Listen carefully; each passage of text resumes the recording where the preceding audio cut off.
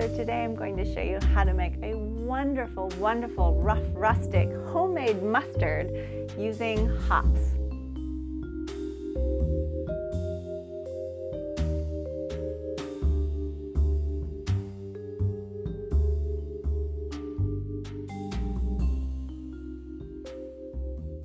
When I say hops, what comes to mind? Beer, right?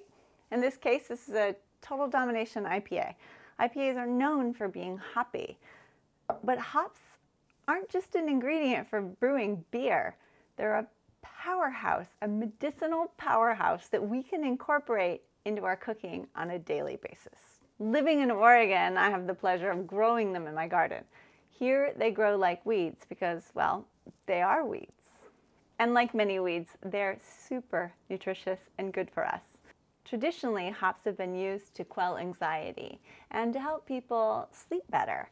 So today I'm going to show you how to make a wonderful, wonderful, rough, rustic, homemade mustard using hops, both fresh and in beer. For those of you who do not include alcohol in your diet, you can go ahead and use a mixture of cider, apple cider and water, or you could use a 1-to-4 mixture of vinegar and water, just to give it a little more flavor. You don't want the water watering it down too much. Now this is a really simple, straightforward recipe. Combine both the brown and yellow mustard seeds into a bowl and cover them with beer. We're going to refrigerate this 24 hours. Check it after 12 hours. If those mustard seeds have absorbed all of that beer, add a little more. We don't want extra beer to be added directly into our mustard, but we do want all of those seeds nice and hydrated. For those of you that are new to cooking or still in the process of developing and building your kitchen and all of your utensils, the things that I use in my videos are available on my Amazon store, shopfreshpea.com. Once you've refrigerated your mustard seeds, you want to take your fresh hops and pour in enough vinegar just to cover them.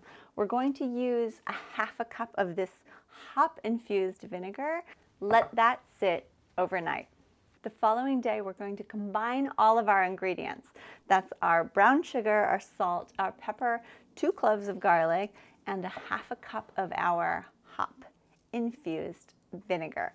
And we're going to pulse in the food processor. Once the mustard is at your preferred consistency, we're going to set it aside and let it kind of meld together for a few minutes. While it's setting, we're going to go ahead and sterilize our lids in our jars.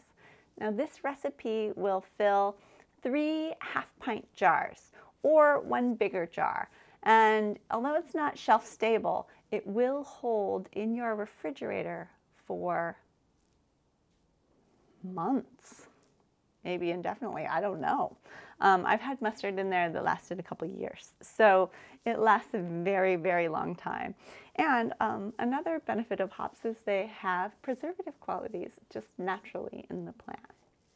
Ladle your fresh hopped mustard into the jars and store in your refrigerator. Now this mustard is best if you let the flavors meld for at least a month, up to 2 months. So now would be the perfect time to put some of this together for holiday gifts. And for those of you asking, well, where do I get fresh hops? Well, here in Oregon, we can grow them. Washington State, actually Eastern Washington, is the hop capital of the United States.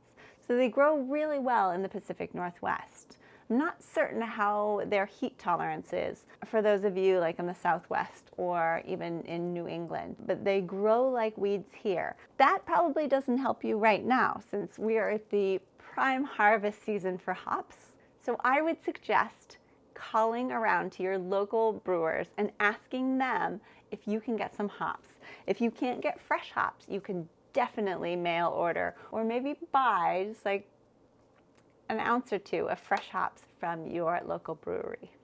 Later today, I'm going to show you how to make hop-infused honey. So for those of you who've tried to drink hop tea and found it bitter and unpalatable, this is the answer. That video will be up this week on Fresh Pea Cooks, so check back.